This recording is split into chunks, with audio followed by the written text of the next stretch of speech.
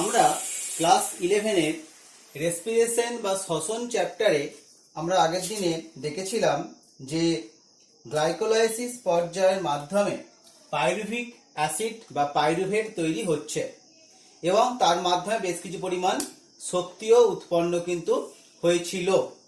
আজকে আমরা দেখব তার পরবর্তী যে ধাপগুলো আছে তার মধ্যে আমরা বলেছিলাম মোট 4টে ধাপে সবাত শ্বসন প্রক্রিয়ায় শক্তি উৎপন্ন হচ্ছে। তার মধ্যে প্রথম ধাপটা আমরা গ্লাইকোলাইসিস আগের দিন দেখেছিলাম। আজকে আমরা পরবর্তী দুটো ধাপ পাইরুভেটের জারকীয় ডিকার্বক্সিলেশন এবং ক্রেবস চক্র, এই দুটো পর্যায়কে আজকে আমরা দেখব। তো প্রথম কি বললাম, পাইরুভেটের জারকীয় ডিকার্বক্সিলেশন। তার মানে কি বলা হচ্ছে যে পাইরুভেট যেটা উৎপন্ন হচ্ছে, আমরা আগের দিন দেখেছিলাম যে পাইরুভেটটা সন্ধান প্রক্রিয়ার মাধ্যমে ভাঙতে পারে, যেটা অবাত শ্বসন প্রক্রিয়াতে হচ্ছে। সেখানে কোহল সন্ধান, ল্যাকটিক অ্যাসিড সন্ধান, অক্সিজেন ছাড়াই সেই পদ্ধতিতে ভাঙছে। এবার অক্সিজেনের উপস্থিতিতে, মানে বায়ুজীবী যে সমস্ত কোষ আছে সে অক্সিজেনের উপস্থিতিতে পাইরুভেটটা কিন্তু প্রথমে পরিণত হবে অ্যাসিটাইল কোয়েতে। তাহলে পাইরুভেট এর জারকীয় ডিকার্বক্সিলেশন, এই বিক্রিয়াটা বিজ্ঞানী লাইনেন প্রথম পর্যবেক্ষণ করছেন। তার নামটা কি বললাম, বিজ্ঞানী লাইনেন প্রথম এই বিক্রিয়াটা পর্যবেক্ষণ করছেন যে কিভাবে এই প্রক্রিয়াটা হচ্ছে। এবার আমরা আজকে এটা দেখব প্রধানত যে কিভাবে এই পাইরুভেটটা ভেঙে আস্তে আস্তে অ্যাসিটাইল কোয়েতে রূপান্তরিত হচ্ছে। এই যে পাইরুভেট, এই পাইরুভেটটা আমরা একটা বিক্রিয়া লিখেছি, খুব সিম্পল একটা বিক্রিয়ার মাধ্যমে লেখার চেষ্টা করেছি, কিন্তু বিক্রিয়াটা একটু জটিল বিক্রিয়া এবং এখানে যে এনজাইমটা সাহায্য করে তার নাম পাইরুভেট ডিহাইড্রোজিনেজ কমপ্লেক্স। অর্থাৎ এখানে যেমন ডিহাইড্রোজিনেজ কমপ্লেক্সের মাধ্যমে কি হচ্ছে, পাইরুভেটটা নিজে জারিত হচ্ছে, আবার তার সঙ্গে সঙ্গে পাইরুভেট থেকে এখনো CO2 বেরিয়ে গিয়ে অ্যাসিটাইল কোয়েতে রূপান্তরিত হয়ে যাচ্ছে। তাহলে আমরা বিক্রিয়াটা কিভাবে বলতে পারি, pyruvate plus COSH plus NAD plus Mg plus plus এই ক্যাটালিস্টের উপস্থিতিতে এই কমপ্লেক্সটি তৈরি করছে acetyl CoA plus CO2 plus NADH plus H plus. তাহলে NAD প্লাসটা NADH প্লাস H প্লাসে ট্রান্সফার হয়ে যাচ্ছে। যে NADH প্লাস H প্লাসটা আবার ETS পদ্ধতির মাধ্যমে এটিপি উৎপন্ন করতে পারবে। এবার এই যে কমপ্লেক্সটার মধ্যে কি কি এনজাইম থাকছে আমি সেগুলো নিচে ব্র্যাকেটে লিখেছি। Decarboxylase, lipoic acid, TPP, Mg++, transacetylase, এই সমস্ত মিশিয়ে এই এনজাইমটা তৈরি হচ্ছে। অর্থাৎ এটা কিন্তু ধাপে ধাপে তৈরি হচ্ছে। আমরা বিক্রিয়াটা ওভারঅল বিক্রিয়াটাকে একটা ধাপে লিখেছি, কিন্তু মোট 3টে ধাপের মাধ্যমে এই অ্যাসিটাইল কোয়েটা তৈরি হচ্ছে। তাহলে এই বিক্রিয়াটা হচ্ছে কোথায়, এই বিক্রিয়াটা কিন্তু মাইটোকন্ড্রিয়ার ধাত্রের মধ্যে এই বিক্রিয়াটা দেখতে পাওয়া যাচ্ছে, যার মাধ্যমে পাইরুভেটটা অ্যাসিটাইল কোয়েতে রূপান্তরিত হলো। তাহলে দেখেছিলাম আমরা যে গ্লাইকোলাইসিস পদ্ধতিতে দোনু পাইরুভেট উৎপন্ন হয়। তাহলে দোনু পাইরুভেট যদি উৎপন্ন হয়, সেই দোনু পাইরুভেটই কিন্তু, তাহলে দোনু পাইরুভেট যদি হয় তাহলে পুরো বিক্রিয়াটা দুবার করে হবে। তাহলে আলটিমেটলি কিন্তু দোনু অ্যাসিটাইল কোয়ে এবং তার সঙ্গে এগুলো সবই কিন্তু দুবার করে বা দোনু করে দেখতে পাওয়া যাচ্ছে।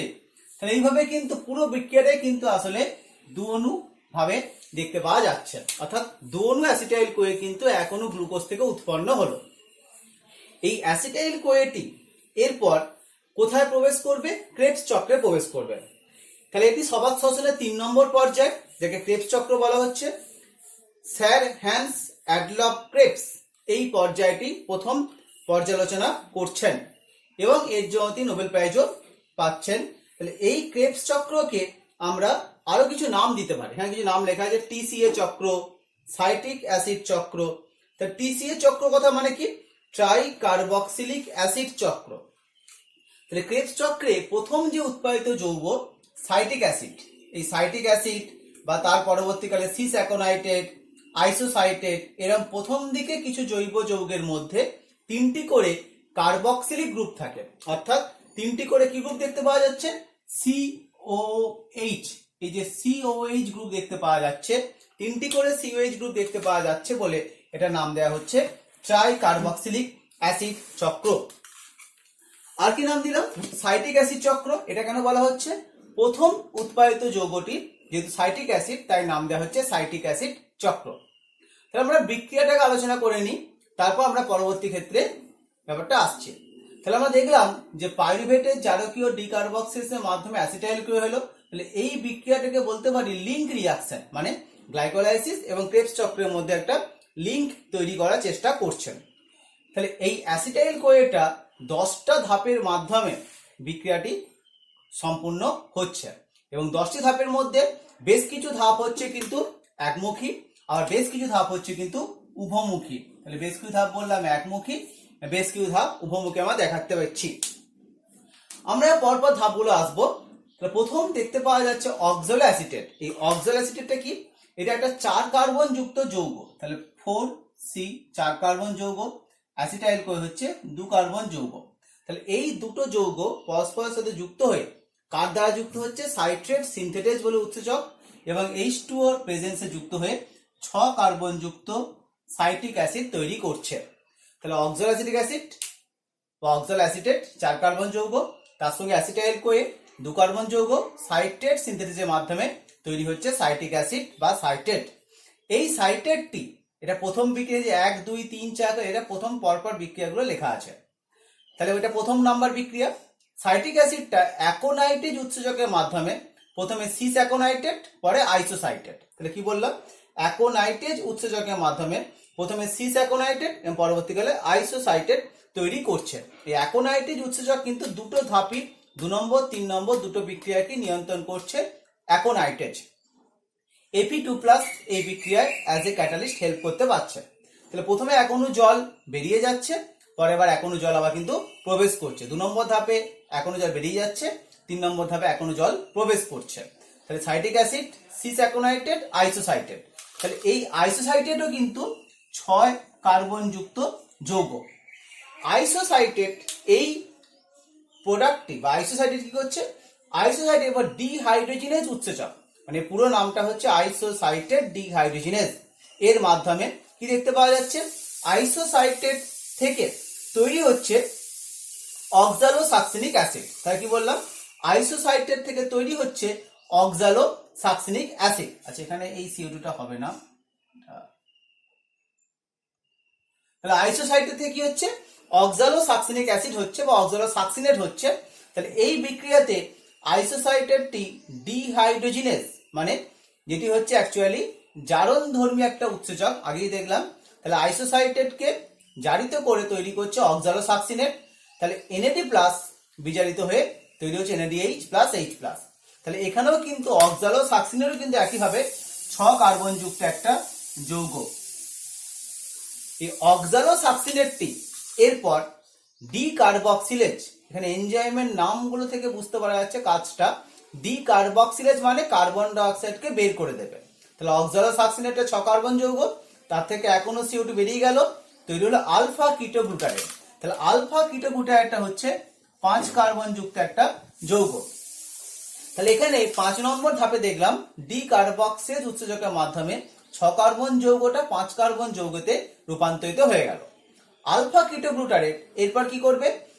আবার একটা কমপ্লেক্স এনজাইম, মানে এখানে আছে আলফা কিটোগ্লুটারেট ডিহাইড্রোজিনেজ। এই আলফা কিটোগ্লুটারেট ডিহাইড্রোজিনেজ কথাটা বললো, এর এনজাইমের কাজটা কিন্তু এই পাইরুভেট ডিহাইড্রোজিনেজ কমপ্লেক্সের মতো। অর্থাৎ এখানে দেখো, এখানে যেমন এক অণু CO2 বেরিয়ে আসছে, আবার একইভাবে কিন্তু NAD+টাও বিজারিত হয়ে NADH+H+ এ রূপান্তরিত হচ্ছে। তাহলে এখানে কিন্তু দুটো বিক্রিয়া একসঙ্গে হচ্ছে, ডিহাইড্রোজিনেজও হচ্ছে, আবার ডিকার্বক্সিলেজ কাজটাও হচ্ছে।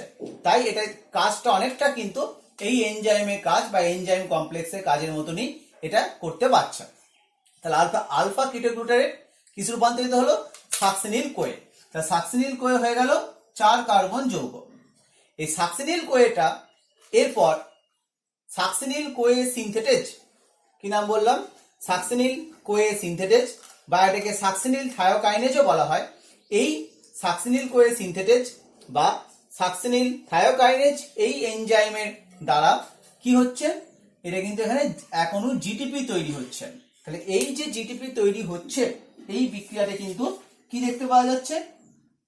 এখানে দেখো লেখায় দেখো কোএসএইচটা বেরিয়ে যাচ্ছে, জিডিপি প্লাস পিআই থেকে জিটিপি উৎপন্ন হচ্ছে। এই জিডিপি প্লাস পিআই থেকে যে জিটিপি উৎপন্ন হচ্ছে এটা কিন্তু সাবস্ট্রেট লেভেল ফসফোরাইলেশনের মধ্যে পড়ে। আমরা গ্লাইকোলাইসিস দেখেছিলাম দুটো ধাপে সাবস্ট্রেট লেভেল ফসফোরাইলেশন হয়, এখানেও দেখতে পাচ্ছি এই সাবস্ট্রেট লেভেল ফসফোরাইলেশন প্রক্রিয়ার মাধ্যমে এই বিক্রিয়াটা দেখতে পাওয়া যাচ্ছে। তাহলে জিডিপি প্লাস পিআই থেকে জিটিপি হলো, এই জিটিপি আবার পরবর্তীকালে এটিপিতে রূপান্তরিত হয়ে যাচ্ছে। এখানে লেখা আছে 7 নম্বর ধাপটি হলো সাবস্ট্রেট লেভেল ফসফোরাইলেশন, যেটা গ্লাইকোলাইসিসে পড়েছিলাম দুটো আর এখানে একটা। আমি আগেই বলেছিলাম ফসফোরাইলেশন মোট 3 প্রকারে হয়, সাবস্ট্রেট লেভেল, অক্সিডেটিভ আর ফটোফসফোরাইলেশন। সেগুলো পরের দিকে আবার আলোচনা করবো একবার। সাবস্ট্রেট লেভেল ফসফোরাইলেশনটা প্রধানত 3টে পর্যায়ে হচ্ছে, গ্লাইকোলাইসিসে 2টি পর্যায় আর ক্রেবস চক্রে 1টি পর্যায়ে এই প্রক্রিয়াটি হচ্ছে। তাহলে সাকসিনিল কোয়ে থেকে হয়ে গেল সাকসিনেট। এই সাকসিনেটটি এরপর সাকসিনেট ডিহাইড্রোজিনেস, কি বললাম, সাকসিনেটটি এরপর সাকসিনেট ডিহাইড্রোজিনেস এই উৎসেচকের মাধ্যমে কিসে তৈরি হবে, তৈরি হবে ফিউমারেট। তাহলে এই এনজাইমটা কে করছে, সাকসিনেট ডিহাইড্রোজিনেস, সাকসিনেট থেকে হচ্ছে ফিউমারেস। ক্রেবস চক্রের পুরো বিক্রিয়াটাই মাইটোকন্ড্রিয়ার ধাত্রে হয়, একমাত্র এই 8 নম্বর বিক্রিয়াটা বাদ দিলে। এই 8 নম্বর বিক্রিয়াটা কিন্তু মেমব্রেন বেসড এনজাইম, অর্থাৎ এই উৎসেচকটা কিন্তু মাইটোকন্ড্রিয়ার অন্তঃপর্দায় দেখতে পাওয়া যাচ্ছে। তাহলে এই উৎসেচকের যেহেতু অন্তঃপর্দা থাকছে, তাহলে এই ধাপটি কিন্তু মাইটোকন্ড্রিয়া অন্তঃপর্দায় হচ্ছে। এটা কখনো এমসিকিউ আসতে পারে যে কোন ক্রেবস চক্রে কোন ধাপটি ধাত্রে না হয়ে অন্তঃপর্দায় হয়, তখন আমাদের এই ধাপটা কথা বলতে হবে যে সাকসিনেট থেকে ফিউমারেট হচ্ছে, এবং এই সাকসিনেট থেকে ফিউমারেট হওয়ার সময় তো ডিহাইড্রোজিনেস এনজাইম কাজ করছে, তখন এও কিন্তু আবার একইভাবে জারিত হচ্ছে। তাহলে এই জারিত হলে কি হবে, এফএডি থেকে এফএডিএইচ2 হবে, ফ্লাভিন অ্যাডেনাইন ডাইনিউক্লিওটাইড সে এফএডি থেকে এফএডিএইচ2 তে রূপান্তরিত হচ্ছে। এই ফিউমারেটটা এরপর ম্যালেটে রূপান্তরিত হবে। তাহলে দেখো এখানে কিন্তু কোনো প্রকার কার্বন নাম্বার কিন্তু আর কিছু কমছে না, সবই কিন্তু 4 কার্বনই যৌগ দেখতে পাওয়া যাচ্ছে। তাহলে ফিউমারেটটা কিসে হচ্ছে, এখনো জল প্রবেশ করার মাধ্যমে ফিউমারেটটা ফিউমারেজ উৎসেচকের মাধ্যমে ম্যালেটে রূপান্তরিত হচ্ছে। ম্যালেট এরপর ম্যালেট ডিহাইড্রোজিনেস এনজাইমের মাধ্যমে ম্যালেটটা জারিত হয়ে তৈরি করবে অক্সালো অ্যাসিটেট বা ওএএ। এই অক্সালো অ্যাসিটেট তার শর্ট ফর্ম হচ্ছে ওএএ। তাহলে ম্যালেটটা যখন ম্যালেট ডিহাইড্রোজিনেস উৎসেচকের মাধ্যমে অক্সালো অ্যাসিডে রূপান্তরিত হবে, তখন দেখো এখনো এনএডি প্লাস থেকে এনএডিএইচ প্লাস এইচ প্লাস তৈরি হলো। তাহলে আমরা দেখলাম এখানে বেশ কিছু ধাপে কিন্তু ডিহাইড্রোজিনেস এই উৎসেচকটি লাগছে। তাহলে ডিহাইড্রোজিনেস উৎসেচক যেখানে যেখানে লাগছে সেই জায়গাতেই কিন্তু এনএডিএইচ2 বা এফএডিএইচ2 উৎপন্ন হবে। তাহলে দুটো অ্যাসিটাইল করে যদি হয় তাহলে পুরো বিক্রিয়াটা কিন্তু মোট 2বার করে হবে। এখানে 2 লেখা আছে, এই যে পাশে 2 লেখা আছে, পুরো বিক্রিয়াটা 2বার করে হচ্ছে। মানে এখানে যা যা প্রোডাক্ট হচ্ছে সবই কিন্তু 2বার করে তৈরি হচ্ছে। তাহলে আমরা ক্রেবস চক্রের মাধ্যমে দেখলাম প্রচুর পরিমাণে NADH প্লাস H প্লাস বা FADH2 উৎপন্ন হলো। তাহলে আমরা ক্রেবস চক্রটি শর্ট করে বলি, কি দেখতে পাচ্ছি এখানে আমরা, তাহলে 2বার ক্রেবস চক্র হচ্ছে এখনো গ্লুকোজকে ভাঙার জন্য। তাহলে এই ক্রেবস চক্রের মধ্যে 4টি কিন্তু অক্সিডেটিভ রিয়াকশন আছে। 4টি অক্সিডেটিভ মানে যেখানে যেখানে ডিহাইড্রোজেনেস আছে সেই জায়গাগুলো কিন্তু অক্সিডেটিভ প্রক্রিয়ার মধ্যে পড়ছে। তাহলে কোন কোন বিক্রিয়া পড়ছে দেখো, 4 নম্বর, 6 নম্বর, 8 নম্বর আর 10 নম্বর। এই 4টে ধাপই দেখো হয় NADH2 হয়েছে, NADH প্লাস H প্লাস হয়েছে, না হলে FADH2 হয়েছে। তাহলে এই 4টি ধাপই দেখতে পাওয়া যাচ্ছে জারণমূলক বিক্রিয়ার মধ্যে পড়ছে। 7 নম্বর যে ধাপটা এটা হচ্ছে তাপমোচী, কারণ যেহেতু সরাসরি জিটিপি বা এটিপি উৎপন্ন হচ্ছে তাই এই বিক্রিয়াটা কিন্তু দেখতে পাওয়া যাচ্ছে কি তাপমোচী বিক্রিয়ার মধ্যে পড়ছে। 8 নম্বর বিক্রিয়া বললাম মাইটোকন্ড্রিয়ার ধাত্রে না হয়ে মাইটোকন্ড্রিয়া অন্তঃপর্দায় হচ্ছে। এটাও কিন্তু একটা এক্সেপশন মাইটোকন্ড্রিয়ার এই ক্রেবস চক্রের ক্ষেত্রে। ক্রেবস চক্রে মোট 3 অণু জলও গৃহীত হচ্ছে। কি বললাম, ক্রেবস চক্রে মোট 3 অণু জলও কিন্তু গৃহীত হচ্ছে। দেখা যাচ্ছে 1 নম্বরে জল গৃহীত হচ্ছে, 3 নম্বরে জল গৃহীত হচ্ছে, আবার 9 নম্বরে জলটা গৃহীত হচ্ছে। তাহলে এইভাবে কিন্তু আবার বেশ কিছু ক্ষেত্রে এখনো জল কিন্তু বেরিয়েও যাচ্ছে। যেখানে দেখো এখনো জল কিন্তু এখানে বেরিয়ে যেতে পারছে। তাহলে আমরা ক্রেবস চক্রের ওভারঅল ভাবে পথটা বললাম যে ক্রেবস চক্রের মাধ্যমে আমরা প্রচুর পরিমাণে NADH প্লাস H প্লাস এবং FADH2 উৎপন্ন হলো। আমি এখানে শর্ট করে ছকে লিখেছি যে গোটা ক্রেবস চক্র একবার যদি সম্পূর্ণ হয় তাহলে মোট 3টে NADH প্লাস H প্লাস, একটা FADH2, একটা GTP। তাহলে একবার ক্রেবস চক্র সম্পন্ন হলে সেখান থেকে ETS পদ্ধতির মাধ্যমে তাহলে NADH প্লাস H প্লাসটা থেকে প্রত্যেকটা থেকে 3 অণু করে ATP উৎপন্ন হবে ETS এ, যেটা পরের দিন ডিসকাস করব, ইলেকট্রন ট্রান্সপোর্ট সিস্টেম। তাহলে সেখানে মোট 9 অণু ATP হলো। FADH2 থেকে 2 অণু ATP, তাহলে 9 আর 2 11 ATP, সেখান থেকে ETS। তাহলে এই দুটো ধাপ কিন্তু ETS এর মাধ্যমে ATP উৎপন্ন করতে পারছে। আর এই এটিপিটা কিন্তু সরাসরি উৎপন্ন হচ্ছে সাবস্ট্রেট লেভেল ফসফোরাইলেশনের মাধ্যমে। তাই মোট টোটাল 1 অণু অ্যাসিটাইল কোয়ে থেকে 12 অণু এটিপি উৎপন্ন হবে। তাহলে কি বললাম, 1 অণু অ্যাসিটাইল কোয়ে যদি ভাঙে তাহলে 1 অণু অ্যাসিটাইল কোয়ে থেকে টোটাল 12 অণু এটিপি উৎপন্ন হবে। আর যেটা একটু আগে বলছিলাম ফসফোরাইলেশনের 3টে ভাগ বলছিলাম, সাবস্ট্রেট লেভেলটা আমরা আগে আলোচনা করেছিলাম। অক্সিডেটিভ ফসফোরাইলেশনটা কখন হয়, এই যে বললাম অক্সিডেটিভ ফসফোরাইলেশন, এটা ETS প্রসেসের সময় অক্সিজেনের প্রেজেন্সে যেহেতু এটিপি উৎপন্ন হচ্ছে তখন তার নাম দেওয়া হচ্ছে অক্সিডেটিভ ফসফোরাইলেশন, যেটা ETS এর সময় দেখতে পাওয়া যাচ্ছে। আরেকটি আছে যার নাম হচ্ছে ফটোফসফোরাইলেশন, যেটি সালোক সংশ্লেষ প্রক্রিয়ার সময় এটিপি উৎপন্ন করতে সাহায্য করতে পারছে। তাই দেখলাম আমরা যে ক্রেবস চক্রের মাধ্যমে কিন্তু প্রচুর পরিমাণে এটিপি উৎপন্ন হলো। আর যেখানে যে কোশ্চেনটা দেয় যে এখনো অ্যাসিটাইল কোয়ে থেকে তাহলে 12 এটিপি হবে, কোশ্চেন যদি দেয় এখনো পাইরুভেট থেকে তখন তাহলে কিন্তু এটিপির সংখ্যাটা আরো 3টে বেড়ে যাবে। কারণ এই যে NADH প্লাস H প্লাস এও কিন্তু ETS এর মাধ্যমে এটিপি উৎপন্ন করবে। তাহলে এখান থেকেও 3 এটিপি হবে। তাহলে এখনো যদি পাইরুভেট থেকে বলে, মানে পাইরুভিক অ্যাসিড থেকে বলে, তাহলে কিন্তু এটিপি পরিমাণটা হয়ে যাবে 15টা এটিপি হয়ে যাবে। 12 প্লাস 3 মোট 15টা এটিপি সেক্ষেত্রে আমরা বলবো। এরপর আমরা একটা বিষয় আলোচনা করবো। তাহলে ক্রেবস চক্রে আমরা গুরুত্ব দেখলাম যে প্রচুর পরিমাণে কিন্তু অক্সিজেন উৎপন্ন হতে পারছে, এই প্রচুর পরিমাণে এটিপি উৎপন্ন হতে পারছে। এই প্রচুর পরিমাণে এটিপি উৎপন্ন হওয়াটাই কিন্তু ক্রেবস চক্রে প্রধান গুরুত্ব। মাইটোকন্ড্রিয়ায় এই প্রক্রিয়াটা হচ্ছে, তাই মাইটোকন্ড্রিয়াকে কোষের শক্তিঘর বলা হচ্ছে। এরপর আমরা দেখব যে ক্রেবস চক্রকে অ্যাম্ফিবলিক পাথওয়ে কেন বলে। আমরা দেখলাম ক্রেবস চক্রে ভাঙলো মানে শক্তি উৎপন্ন হলো। শক্তি উৎপন্ন হওয়া মানে কি, সেটা এক প্রকার অপচিতি বিপাক। শক্তি উৎপন্ন হওয়া মানে কি, সেটা এক প্রকার অপচিতি বিপাক। তা যেহেতু অপচিতি বিপাক ক্রিয়া হয়েছে তাহলে ক্রেবস চক্রে কে আমরা অপচিতি বিপাক কথাটা বলতে পারছি বা ক্যাটাবলিক রিয়াকশন কথাটা বলতে পারছি। কিন্তু ক্রেবস চক্রে কিছু অ্যানাবলিজম রিয়াকশনও হয় বা উপচিতি বিপাক ক্রিয়া হয়। সেই ক্রেবস চক্রে কি কি উপচিতি বিপাক ক্রিয়া হচ্ছে সেই ব্যাপারটা আমরা আলোচনা করব। এবং যেহেতু ক্রেবস চক্র একসাথে উপচিতি ও অপচিতি দুটো বিপাক ক্রিয়ায় হয়, তাই ক্রেবস চক্রকে অ্যাম্ফিবলিক পাথওয়ে বলা হয়। কি বললাম, যেহেতু ক্রেবস চক্রে একসঙ্গে উপচিতি অপচিতি দুটো বিপাক ক্রিয়ায় হচ্ছে, তাই ক্রেবস চক্রকে আমরা কি বলছি, অ্যাম্ফিবলিক পাথওয়ে বলতে পারছি। এবার দেখবো ক্রেবস চক্র কি কি উপচিতি বিপাক সম্পূর্ণ করতে পারে। অ্যাসিটাইল কোয়ে যেটা ক্রেবস চক্রে প্রবেশ করছে, সে অ্যাসিটাইল কোয়ে থেকে কি উৎপন্ন হতে পারে, ফ্যাটি অ্যাসিড বা স্টেরয়েড বা ক্যারোটিনয়েড। অর্থাৎ কোষ তার প্রয়োজন মতো অ্যাসিটাইল কোয়ে থেকে ফ্যাটি অ্যাসিড, স্টেরয়েড বা ক্যারোটিনয়েড তৈরি করতে পারে। সাকসিনিল কোয়ে, যেটা এই যে বলেছি 4 কার্বন সাকসিনিল কোয়ে, এই 4 কার্বন সাকসিনিল কোয়ে থেকে পরফাইরিন বলে একটা রিং তৈরি হয়, যে পরফাইরিন রিংটা কিন্তু সাইটোক্রোম রঞ্জক তৈরিতে ব্যবহার করে, ক্লোরোফিল রঞ্জক তৈরিতে ব্যবহার করে। এছাড়া হেমি বলে কোনো গ্রুপ তৈরি হলো সেখানেও কিন্তু পরফাইরিন রিংটা আমরা কাজে লাগাতে পারবো। আলফা কিটোগ্লুটারেট, যেটা 5 কার্বন যৌগ বলেছি, সেখান থেকে উৎপন্ন হয় গ্লুটামেট, এবং ওই গ্লুটামেটটাই পরবর্তীকালে তৈরি করতে পারে পিউরিন, বা এখান থেকে আর কি হতে পারে, প্রোলিন নামক অ্যামাইনো অ্যাসিড বা আর্জিনিন নামক অ্যামাইনো অ্যাসিডও কিন্তু এখানে হতে পারে। কি বললাম, প্রোলিন বা আর্জিনিন এরকম কিছু অ্যামাইনো অ্যাসিড এখানে কিন্তু হতে পারে গ্লুটামেট থেকে।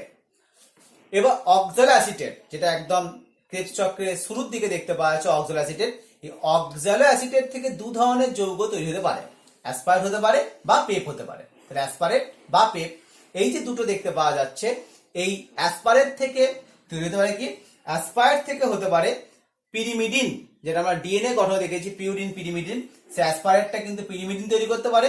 আবার পেপ যদি হয়, সে পেপ থেকে হতে পারে গ্লুকোজ বা টাইরোসিন বা ট্রিপ্টোফ্যান বা ফিনাইল অ্যালানিন, এরকম বেশ কিছু আমরা অ্যামাইনো অ্যাসিড এই অক্সালো অ্যাসিডের থেকে পেপের থ্রু দিয়ে তৈরি হতে পারছে। তাহলে পেপটা গ্লুকোজ যদি তৈরি করে, তখন সেটা কিন্তু একটা প্রক্রিয়া বলা হয়, যে প্রক্রিয়াটার কি নাম দেওয়া হচ্ছে, নিওগ্লুকোজেনেসিস বা গ্লুকোনিওজেনেসিস প্রক্রিয়ার মাধ্যমে পেপ থেকে গ্লুকোজ হতে পারে। আবার পেপ কিন্তু বললাম বেশ কিছু অ্যামাইনো অ্যাসিড, দুটো লেখা আছে টাইরোসিন ট্রিপ্টোফ্যান, এছাড়া কি হতে পারে গ্লাইসিন, সেরিন, সিস্টিন, এরকম বেশ কিছু অ্যামাইনো অ্যাসিডও কিন্তু এখানে হতে পারছে। আমি আরো লিখে দিচ্ছি গ্লাইসিন,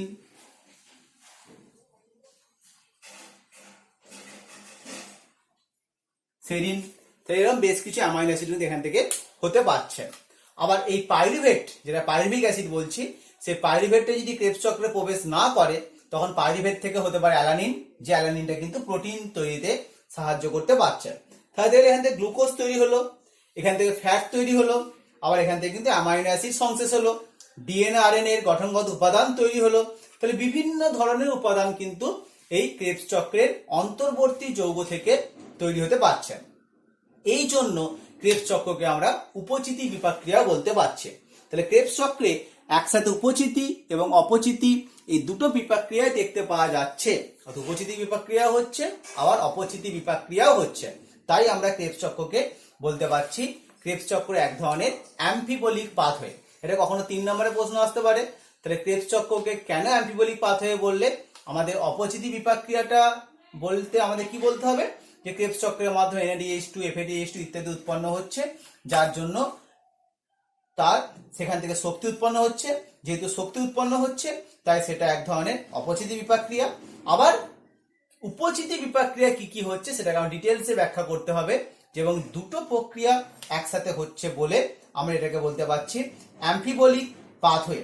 তাহলে এবার এখানে আরেকটা টার্ম বলছি, যে ক্যাটাপ্লেরেটিক বিক্রিয়া বা ক্যাটাপ্লেরেটিক রিয়াকশন। সেই ব্যাপারটা কি বলা হচ্ছে, যে বিক্রিয়ার মাধ্যমে ক্রেবস চক্রে জৈব অ্যাসিডগুলি মূল চক্র থেকে বেরিয়ে অন্য যৌগ গঠনে সাহায্য করে।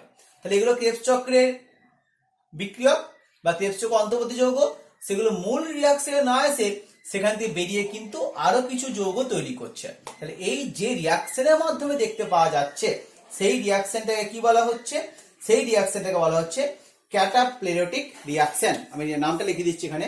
রিয়াকশনটা কি বললাম, রিয়াকশনে বলা হচ্ছে ক্যাটাপ্লেরেটিক বিক্রিয়া।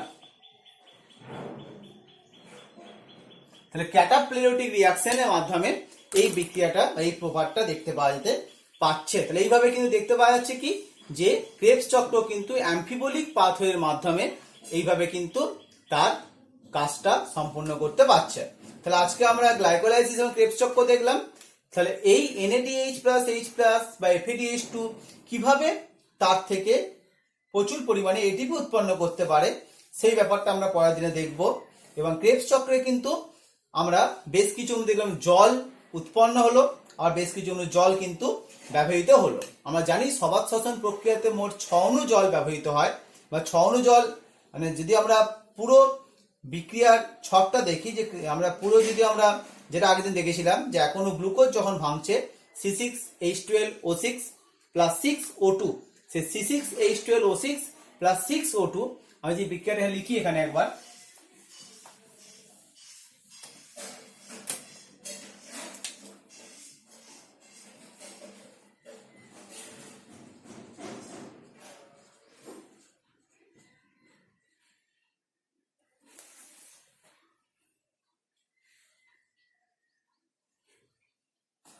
আমরা দেখতে পাচ্ছি কি, যে আমরা যে পুরো সবার শ্বসনের যে বিক্রিয়াটা দেখতে পাচ্ছি, আমরা কি দেখলাম, যে এক অণু গ্লুকোজ, সে এক অণু গ্লুকোজ অক্সিজেনের উপস্থিতিতে, অর্থাৎ অক্সিজেন যখন থাকছে, সে অক্সিজেনের উপস্থিতিতে সে এক অণু গ্লুকোজটা ভাঙছে, এবং তার মাধ্যমে তৈরি করছে 6 অণু কার্বন ডাই অক্সাইড, 6 অণু জল, এবং তার সঙ্গে 686 কিলো ক্যালোরি এনার্জি তৈরি করছে। এটা এটিপি ফর্মে তৈরি হচ্ছে।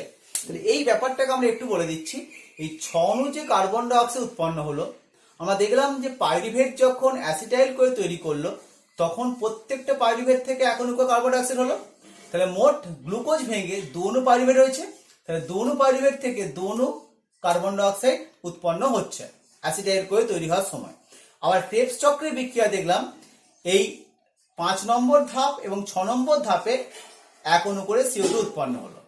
তাহলে 1 অণু অ্যাসিটাইলকে যখন ভাঙছে, অ্যাসিটাইলকে ভাঙার সময় মোট 2 অণু করে CO2 উৎপন্ন হচ্ছে। তাহলে 2 অণু অ্যাসিটাইল করে থেকে 4 অণু CO2 উৎপন্ন হবে। তাহলে এখানে 4 অণু CO2, আর পাইরুভেট থেকে অ্যাসিটাইল করে হওয়ার সময় 2 অণু CO2। তাহলে মোট আমরা 6 অণু CO2 এর হিসাব পেয়ে গেলাম যে 6 অণু CO2 কোথায় কি উৎপন্ন হচ্ছে না হচ্ছে। 6 অণু O2 কোথায় কোথায় ব্যবহৃত হবে সেটা আমরা পরের দিন আলোচনা করব যে 6 অণু O2 কোথায় কোথায় ব্যবহৃত হচ্ছে। 6 অণু জল উৎপন্ন হওয়া লেখা আছে, কিন্তু এখানে বেশ কিছু অণু জল কিন্তু ব্যবহৃত হয়, আবার বেশ কিছু অণু জল কিন্তু উৎপন্ন হয়। পুরো বিক্রিয়াতে মোট 14 অণু জল, এখানে মোট 14 অণু জল দেখতে পাওয়া যাচ্ছে কি ব্যবহৃত হচ্ছে এবং 6 অণু জল উৎপন্ন হয়ে যাচ্ছে। তাহলে দেখতে পাচ্ছি কি 14 অণু জলটা কিন্তু এবং 14 অণু বা 6 অণু এগুলো কোথায় কি হচ্ছে না হচ্ছে সেটা আমরা পরের দিকে ডিটেলসে আসবো, যে কিভাবে কি হচ্ছে সেটা আমরা পরের দিকে ডিটেলস আলোচনা করব। যে সবার শ্বসন প্রক্রিয়ায় জল কোথায় কোথায় উৎপন্ন হয় সেই ব্যাপারটা আমরা পরের দিন আরেকবার ডিটেলসে আলোচনা করব, যে কিভাবে কি এই জলটা উৎপন্ন হচ্ছে বা জলটা কোথায় কি দেখতে পাওয়া যাচ্ছে। আমরা একটু বলে দিতে পারি যে গ্লাইকোলাইসিস প্রক্রিয়া আমরা দেখেছিলাম। তাই গ্লাইকোলাইসিস প্রক্রিয়ার সময় যে 3-ফসফোগ্লিসারডিহাইড থেকে 1,3-বিসফসফোগ্লিসারিক অ্যাসিড উৎপন্ন হয়েছিল, তখন সেখানে 2 অণু জল উৎপন্ন হয়েছিল, আবার 2 অণু জল ব্যবহারও হয়েছিল। এটা কিভাবে হচ্ছে? গ্লাইকোলাইসিসের সময় সরাসরি 2 অণু জল ব্যবহার হচ্ছে, আবার গ্লাইকোলাইসিস প্রক্রিয়ার পর যে NADH+H+ উৎপন্ন হয়েছিল ওই ধাপে, সেইটা ETS এর সময় গিয়ে 2 অণু জলকে উৎপন্ন করতে পারবে। আবার ফসফোগ্লিসারাইড থেকে ফসফোইনল পাইরুভেট এই সময় 2 অণু জল উৎপন্ন হয়েছিল। তাহলে গ্লাইকোলাইসিস দেখা গেল কি মোট 4 অণু জল উৎপন্ন হলো এবং 2 অণু ব্যবহৃত হলো, তার নিট লাভ হলো কিন্তু 2 অণু জল। তাহলে গ্লাইকোলাইসিস পদ্ধতিতে আমরা দেখতে পাচ্ছি যে টোটাল 4 অণু জল ব্যবহার, 4 অণু উৎপন্ন আর 2 অণু ব্যবহার, নিট লাভটা হলো 2 অণু। পাইরুভেটের যখন ডিকার্বক্সিলেশন হলো তখন আমরা দেখতে পাচ্ছি যে NADH উৎপন্ন হচ্ছে। এই NADH+H+ যেখানে যে উৎপন্ন হবে, এরা যখন ETS এ প্রবেশ করবে, NADH+H+ ETS এ প্রবেশ করবে, প্রত্যেকটা NADH+H+ থেকে 1 অণু করে জল উৎপন্ন হবে। তাহলে গ্লাইকোলাইসিসে দেখলাম নিট লাভ হলো 2 অণু। পাইরুভেটের জারকীয় ডিকার্বক্সিলেশন দেখতে পাওয়া যাবে কি নিট লাভটা হবে 2 অণু, কারণ 2 অণু NADH উৎপন্ন হচ্ছে। এই 2 অণু NADH আবার কিন্তু ETS এর সময়তে 2 অণু জল উৎপন্ন করবে। তাহলে আমরা 6 অণুর মধ্যে 4 অণুর হিসাব পেলাম, আর বাকি যে 2 অণু দেখতে পাচ্ছি সেই 2 অণু কিন্তু ক্রেবস চক্রে দেখতে পাওয়া যাচ্ছে। আমি একটু বলে দিচ্ছি যে ক্রেবস চক্রে কোথায় কোথায় জলটা উৎপন্ন হচ্ছে। তাহলে প্রথমে আমরা উৎপন্ন হওয়াটা বলে দিই এবং তারপর আমরা পরবর্তীকালে সেই ব্যবহারটাকে দেখব। আমরা দেখতে পাই দেখো আইসোসাইটেট থেকে অক্সালোসাকসিনেট NADH+H+, তাহলে এটা দুবার বিক্রিয়াটা হয়েছে, তাহলে এখানে 2 অণু জল উৎপন্ন হলো। আবার আলফা কিটোগুটার থেকে সাকসিনিল কোয়ে NADH+H+, তাহলে এখানেও 2 অণু জল উৎপন্ন হবে। তাহলে এখানে 2 অণু। আবার FADH2 যেটা আছে অর্থাৎ সাকসিনিল কোয়ে থেকে, আচ্ছা এখানে একটা বলে দিই, সাকসিনিল কোয়ে থেকে সাকসিনেট হওয়ার সময় এখানে কিন্তু জলটা কিন্তু কিছুটা ব্যবহৃত হয়ে যায়, অর্থাৎ এখানে জল লাগছে। তাহলে সাকসিনিল কোয়ে থেকে সাকসিনেট হওয়ার সময় জলটা কিন্তু লাগছে। সাকসিনেট থেকে ফিউমারেট হওয়ার সময় FADH2 হচ্ছে, যে FADH2 থেকে আবার 2 অণু জল উৎপন্ন হবে। ফিউমারেট থেকে ম্যালেট হওয়ার সময় আবার 2 অণু জল লাগছে। ম্যালেট থেকে অক্সালোঅ্যাসিটেট, সেখানে আবার কিন্তু 2 অণু জল উৎপন্ন হবে।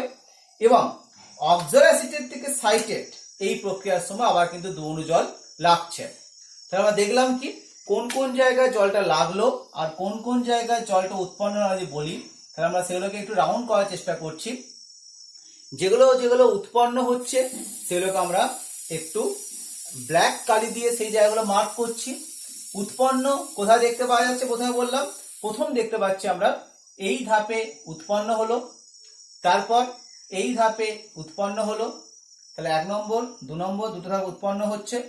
সাকসিনেট থেকে ফিউমারেট এই ধাপে উৎপন্ন হলো, এরপর আবার কত উৎপন্ন হচ্ছে, আবার উৎপন্ন হচ্ছে ম্যালেট থেকে অক্সালো অ্যাসিটেট, তাহলে এই ধাপেও কিন্তু উৎপন্ন হচ্ছে। তাহলে মোট 4 বার উৎপন্ন হচ্ছে, তাহলে 4 × 2 8, কারণ প্রত্যেকটা বিক্রিয়া 2 বার করে হচ্ছে, তাহলে 8 অণু জল কিন্তু উৎপন্ন হলো। এবার যেগুলো আমরা জল ব্যবহার হচ্ছে সেগুলো আমরা রেড কালি দিয়ে মার্ক করছি। তাহলে প্রথম জল ব্যবহার কোথায় হচ্ছে বললাম, সাকসিনিল কোয়ে থেকে সাকসিনেট, তাহলে এই ধাপে কিন্তু জলটা ব্যবহৃত হচ্ছে। এরপর কোন ধাপে ব্যবহৃত হচ্ছে, ফিউমার থেকে ম্যালেট এই ধাপেও জল কিন্তু ব্যবহৃত হচ্ছে। আবার OA থেকে সাইট্রিক অ্যাসিড বা সাইটেট, এখানেও জলটা ব্যবহৃত হচ্ছে। তাহলে 8 অণু জল উৎপন্ন হলো আর 6 অণু জল ব্যবহৃত হলো। তাহলে যদি আমি এটাকে বিয়োগ করি তাহলে দেখতে পাবো ক্রেবস চক্রের মাধ্যমে 2 অণু জল নিট লাভটা হচ্ছে। তাহলে দেখলাম আমরা গ্লাইকোলাইসিসে 2 অণু জল নিট লাভ হয়েছিল, পাইরুভেটের জারকীয় ডিকার্বক্সিলেশনে 2 অণু জল লাভ হলো, আর ক্রেবস চক্রে নিট লাভ হলো 2 অণু জল। তাহলে এইভাবে কিন্তু দেখতে পাচ্ছি আমরা যে দুটো হিসাব আজকে আমরা বললাম, কার্বন ডাই অক্সাইড কোথায় কত উৎপন্ন সেটা বললাম, আর জল কি করে উৎপন্ন সেটা আমরা বললাম। এর পরের দিনে আমরা অক্সিজেনটা কোথায় কোথায় লাগছে সেই ব্যাপারটা বলবো।